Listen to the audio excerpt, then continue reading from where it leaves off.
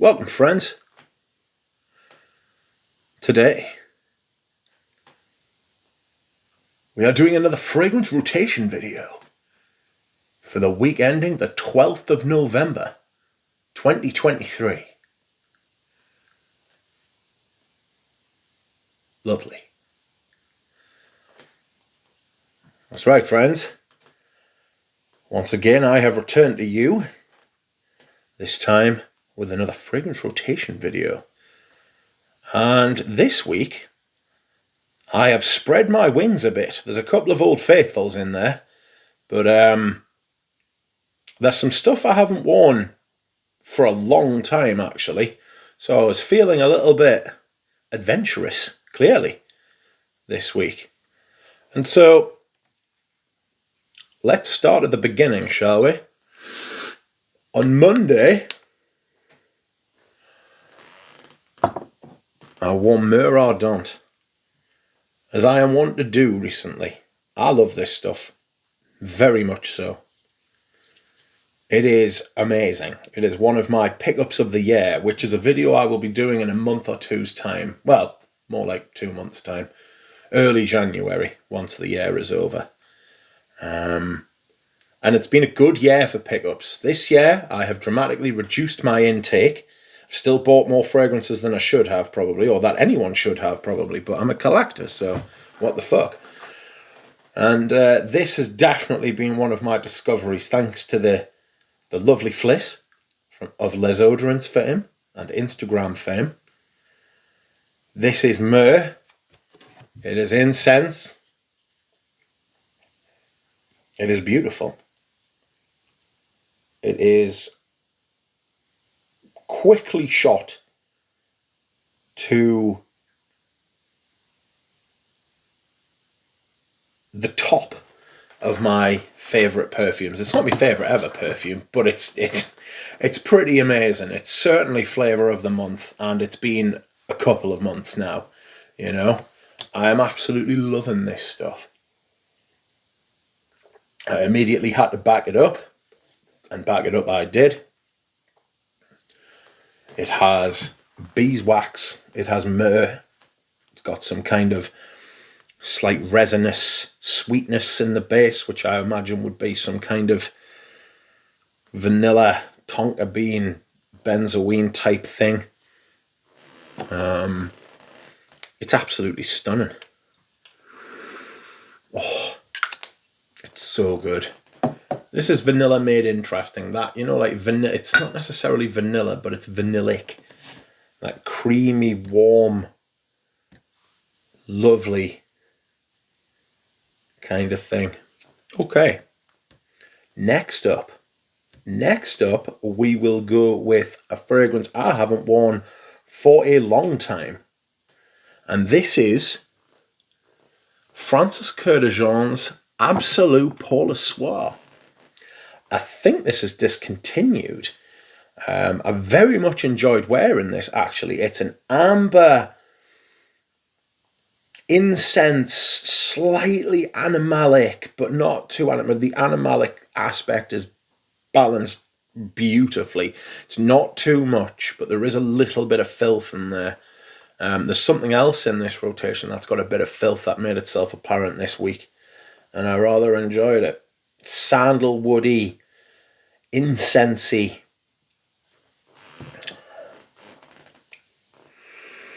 Maybe something a little bit floral as well, you know. I've just got a massive aftertaste of like bitter honey kind of thing, you know. Gorgeous, sweet, animalic. Kurkdjian making good stuff, so he is capable, you know. It's not like he can't do it, he just doesn't. Most of the time. Anyway, next, Wednesday. And on Wednesday I wore another rascal.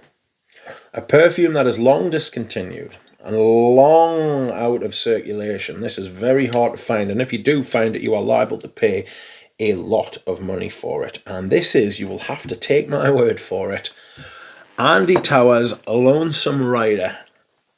You will have to take my word for it because I've lost the label. In fact, I think I know where the label is. It's on top of my bureau, but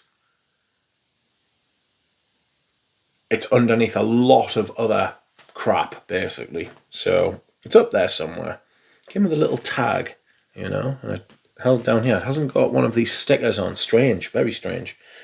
Anyway, this is a sequel, not a flanker, but a sequel to Lone Star Memories. And for me, this smells a lot like Fahrenheit, actually.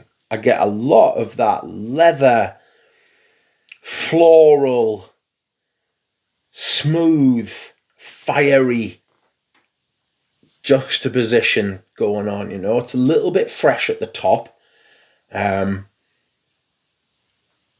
It dries down to something leathery and oily with like a vetiver, woody kind of base. It's not, I wouldn't say it was true to the original too much because that's a lot oilier and a lot smokier. This isn't smoky, it's more fresh, but it wears differently. It's big rose in it. Very interesting perfume. Well worth checking out if you can find it at a decent price, which there is no guarantee that you will. So, next up on Thursday, I decided to wear a new fragrance to the collection, and this is Patchouli Noisette. Patchouli Noisette. This is the second time I have worn this. This is patchouli, and hazelnut. A little bit of hazelnut. It comes out more, and I think it's starting to change as there's some air getting into the bottle, so it's smoothening out a little bit. But I get a little bit of like cypriol kind of thing going on, I remember saying, I was on a stream with Eugene and we're talking to Antoine Lee and Remy and Valerie. And I found this, I got this kind of, do I want to say pine tar, pine oil, kind of like a fuel kind of vibe. It could be from the patchouli. It's got this very pristine kind of, in fact I'm certain it comes from the patchouli.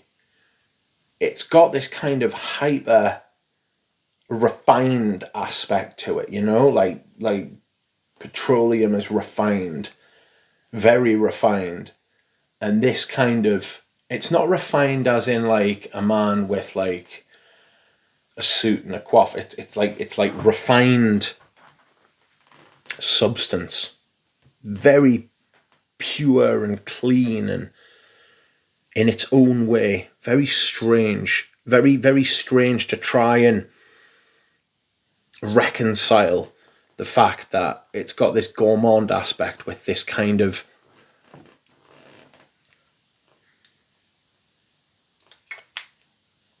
I can't think of any better way to put it. I feel like I'm letting it down when I try to describe it. It's a very interesting perfume, and I would suggest you try it yourself if you haven't already. Samples are available from somewhere nearby. Okay. Next, Friday.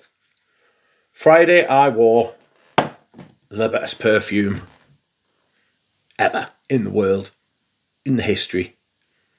It's my favourite perfume. Cinnamon, coriander, patchouli, sandalwood, oak moss, some kind of rosy sort of thing going on. I get like this kind of fruitiness at the top as well for some. That's it's got to be the patchouli that's given it. Whatever they made this with, I get like some kind of dark fruit, dark plum, dark berry kind of thing going on. It's very strange. But there's not really much I can say about Balenciaga Pour Homme that I haven't already said. I'm about 2/5. I'm about 40% of the way through that. No, there's about 40% left. So I've used about 60%. Okay, next up, we have another fragrance I haven't worn for a while, but it is not the first time I have worn this fragrance by any means. It's been a while since I wore it. And this is Ho Hang Club. Ho Hang Club by Balenciaga. This is an amazing perfume, and you can still find it out there. You know, I don't think it's sold very well. It came at the end of the 80s thing for big, masculine, big, verbose fragrances that had a lot going on. Excuse me.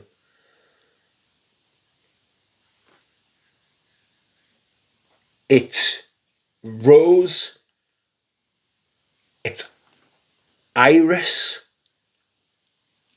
oak moss, patchouli, leather, maybe something a little incensey, and an animalic kind of vibe. I've got a big animalic, sweaty, could be the spices in it. Do you know what? When I smell this, I feel like it runs thick. You know? Like the juice is actually thick in the bottle. It's not, because I've decanted it, that's a splash. But I just get the feeling from it that it's syrupy and thick. You know? And we like them thick. But this is fantastic. Good grief. Okay. Next up and last, my scent of the day. And my scent of the day is a fragrance I haven't worn for a long time actually, but it's very good. And this is Gucci Pour Homme 2. I love Gucci Pour Homme 2. This is tea. A big tea fragrance, you know. I'm a big fan of the tea. It's got violet leaf, myrrh again, tobacco, and something a little bit spicy too. Maybe like a cardamom cinnamon type thing, you know. A designer classic, frankly. There aren't many that are made like this anymore, you know. You don't get many fragrances like this anymore. This used to be cheap as chips at discounters. You used to be able to buy this for 30 and 40 quid. Hundreds on eBay now. Hundreds. People speculating, thinking they can get fucking all sorts for their perfumes, their vintage perfumes.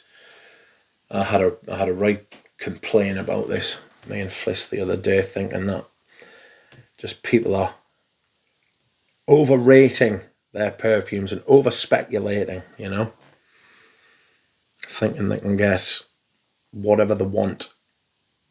But no, this is a fantastic mid-2000s designer perfume. It is fresh but dark.